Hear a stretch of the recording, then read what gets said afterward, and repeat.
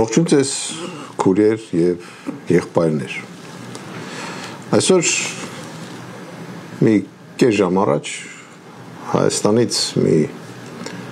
հույր ունեի, որ ինձ ասեց, որ իմ վրա ինչ-որ քրեական գործ են հարուցել եւ վարույթ են նախատեսել հերակա, ուղ գործը վերաբերվում է նրան, որ ես ինչ-որտեղ բանավոր լինելով գլխավոր շտաբպետի առաջի տեղակալ, բանավոր հրաման եմ տվել, որ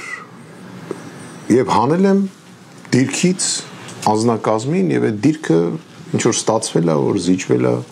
ադրբեջանցիներին։ Գիտեք, սա ինչ է հիշեցնում։ Հիշեցնում է այն մի հատ ընկեր ունեինք, ասում էր, մենք աշխարհով մեկ շուկուր կգցենք, որ իր քուրը անբարոյական է, ինքն էլ թող սաղ աշխարհին բացատրի, որ ինքը քուր չունի։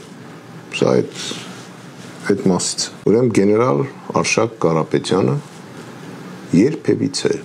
ոչ մի բանավոր եւ գրավոր հրաման չի տվել, որովհետեւ մի ուղղությամբ հակառակորդին դիրք զիջել կամ հակառակորդ հետ որ առաջ կա չկրակել։ Երբևիցե գեներալ Արշակ Կարապետյանը նման հրամաններ չի տվել, նորից ես ձեզ կրկնում եմ։ Ես հասկանում եմ սա ինչի է դա կապված, որտեղ Արշապատ համայնքում գնում են ընտրություններ եւ մարդիկ փորձում են վարկաբեկեցին բոլորին։ Սամվել Կարապետյան, տարան նստացին, ասին տերորիստ է, սրբազաններ եւ տարբեր մարդկանց, քաղաքապետեր են սպանում եւ այլ։ Դե պարզա որ հիմա ինձ էլ պիտի վարկաբեկեն։ Ուրեմն ես ուզում եմ բոլորին բացատրեմ ինչա զինված ուժերում հրաման արձակելը, ով իրավունք ունի այդ հրամանները արձակի եւ որ դեպքում է այդ հրամանները կատարվում։ Եթե նույնիսկ ես բանավոր հրաման տված ելնեի, ինչ որ հրամանատարի, ասենք կորպուսի հրամանատարը իրավունք չունի կատարել այդ բանավոր հրամանը։ Առաջինը, միջև այդ հրամանը չդառնա գլխավոր շտաբպետի գրավոր հրաման։ Երկրորդը, անմիջապես պետք է զեկուցի գլխավոր շտաբի պետին, որ ստացել եմ այսպիսի հրաման։ Ինչ անեմ, եթե գլխավոր շտաբի պետը ասում է կատարել, դա ստացվում է ոչ թե իմ հրաման, այլ գլխավոր շտաբի պետի հրամանը։ Բացի դրանից, միևնույն է, գլխավոր շտաբը պետք է տար գրավոր հրաման։ Նույնիսկ գլխավոր շտաբի բանավոր հրամանը այդ դեպքում ենթակա չի կատարվում։ Դրա համար այդ կռուտի տանելը, մարդկանց մեղադրելը դե սրանց արդարությունն է։ Ես նույնիսկ եմ կրկնում, գեներալ Արշակ Կարապետյանը երբևիցե նման հրամաններ ոչ մեկին չի տվել։ Ես ծանոթ չեմ այդ գործին, ծանոթ չեմ մեղադրանքին, կուսումնասիրեմ, մանրամասը կպատմեմ։ Գործը կուսումնասիրեմ, առիթ կլինի, հույսով եմ, որ ինչ որ ձևի կգան Մոսկվա ինձ կներկայացնեն, նոր դրանից հետո ես շատ ավելի մանրամասը կխոսեմ։ Զինված ուժերի կառուցվածքը այնպիսին է, որ զորքերը ենթարկվում են միայն ու միայն գլխավոր շտաբի պետին։ Բոլոր հրամանները միավորումներին կարող է արձակի միայն ու միայն գլխավոր շտաբը, որի տակը ստորագրում է գլխավոր շտաբի պետը։ Ոչ մեկ իրավասու չի, ես ակադեմիաներ եմ ավարտել։ Չգիտեմ այդ քննիչի ազգանունը, որ այդքան վստահ նկարում է այդ գործերը, հա։ Հետո գիտեք մեր մոտ արդարությունը ոնց է։ Կարող է 3 հոգու որ բռնեն մարդ են սպանել, այդ 3 հոգուն բերեն ասեն գրի սրա վրա, այդ 3 հովը 3-ից չենք դատի, նրանք կդատենք սպանության համար։ Եթե դա քաղաքականորեն պետք եղավ Նիկոլ Փաշինյանին։ Դավաճանությունը մեր երկրում շարունակվում է։ Եվ ասում է խնձորը ծառից հեռու չի գնում։ Չի ասի դա։ Բայց թող նայեն Նիկոլի պապերին եւ թող նայեն իմ պապերին։ Իմ պապերը հայրենիքի համար կռվել են։ Երբ որ հայրենիքը վտանգի տակ է եղել։ Չեմ ուզում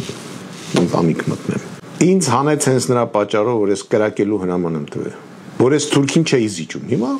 տեսեք ինչ կինո են սարքում։ Կինոն սարքում են նրա համար, որ այդ ամբավը փորձեն չեզոքացնեն։ Ես նորից եմ կրկնում։ Նույնիսկ եթե Կարապետյան արշակը տված լիներ այդպիսի բանավոր հրաման, միջև չլներ գրավորը, իրավունք չունեին կատարեին։ Իսկ եթե բանավոր հրամանը հիմք ունի հրամանատարի կատարելը, ուրեմն հանցագործը նա է։ Ես բանավոր հրաման չեմ տվել։ Նորից եմ կրկնում ձեզ։ Ես գրագետ մարդ եմ։ Ոսկե մեդալով ակադեմիա եմ ավարտել։ Ես գիտեմ որտեղ ինչ հրաման եւ ինչ ձևով պետք է տաս, բացի դրանից գլխավոր շտաբի առաջին տեղակալը իրավասացություններ նմանատիպ չուներ։ Եվ ես դա շատ լավ գիտակցում եմ, գիտեմ եւ երբևիցե ես դա չեմ խախտել։ Իմ գործողությունները հակառակորդի հետ միշտ զեկուցվել է Նիկոլ Փաշինյանին։ Բացի դրանից, նույնիսկ եթե դիրքը փոխվել է, գլխավոր շտաբի պետը նորից պետք է տար հրաման։ Եթե դիրքը փոխվել է, գլխավոր շտաբի պետքը պետք է զեկուցեր անվտանգության խորհրդում։ Հարց եմ տալի, ինչ են զեկուցել, որ Կարապետյան արշակը անվտանգության խորհրդում բանավոր հրամանատար դրաման հետ են գնացել, ինչ անեկդոտ եք պատմում։ Գնացեք վերներդ սառը դուշ լցրեք, ձեր օրերը հաշված էլ չգիտեք ինչ անեք, փարփուրներից եք կրկում, ասում եմ շուխուր կգցեն գորին կսենց բան արե, մարդկա տենց են արել, տարե 5 տարի փագե հիմա բաց են թողում, ինչ են կամ դատեն, որտեվ եթե հիմա արդարացնեն, բայն 5 տարի համար ոնց են պատասխան տալու։ Դե պարզ է, հիմա շուխուրը կգցենք, դատը կեթա Կարապետյան արշակին կարդարացնեն, բայց ելում է հետաքրքիր, պահը հիմա է։ Ես զգուշացնում եմ այդ քննիչներին։ Խելքն այդ գլուխները հավաքեք։ Շատ ձեր նման տղեկ մեր կողքին են եղել եւ դա մարտի դաշտում զոհվել են, պատվով են զոհվել։ Իսկ դուք 2 կոպեկի համար սեփական հայրենիքն եք ծախում։ Փառք Աստծո դրանք քիչ են։ Հույսով եմ, որ դատավորների մեջ ավելի քիչ կլինի դրանցից, բայց ոնց որ կան։ Դատախազներն էլ զարմացած են։ Զարմացած եմ ժողովուրդ ջան։ Եկեք մի հատ աշխարհով ֆռացեք, տեսեք հայերին ինչ տեղ են դնում։ Այդ դա ձեր աշխատանքն է։ Դուք եք պահում Նիկոլ Փաշինյանի, ժողովուրդը զզվում է։ Դուք ժողովրդին հակառակ այդ դրան պահում եք։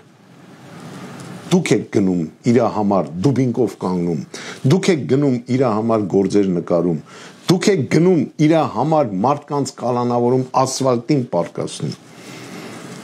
Դուք նա ընդամենը տակից կարող է պրծնի փախնի Թուրքիա կամ Ադրբեջան։ Դուք ինչ եք անելու, հետը գնալու եք։ Հիշեք, Յուլի Ցեզարը ասում էր. մեզ դավաճանները պետք են, բայց մենք դավաճաններին չենք սիրում։ Բոլոր ազգերում դավաճաններին այդպես են վերաբերվում։ Մենք հաղթելու ենք։ Վաղարշապատ համայքում հաղթելու ենք։ Ժորժ ջան, քվեարկեք, սրանք ամեն ինչի ընդունակ են, ու ես սա իմ կաշվի վրա եմ զգում։ Շնորհակալություն։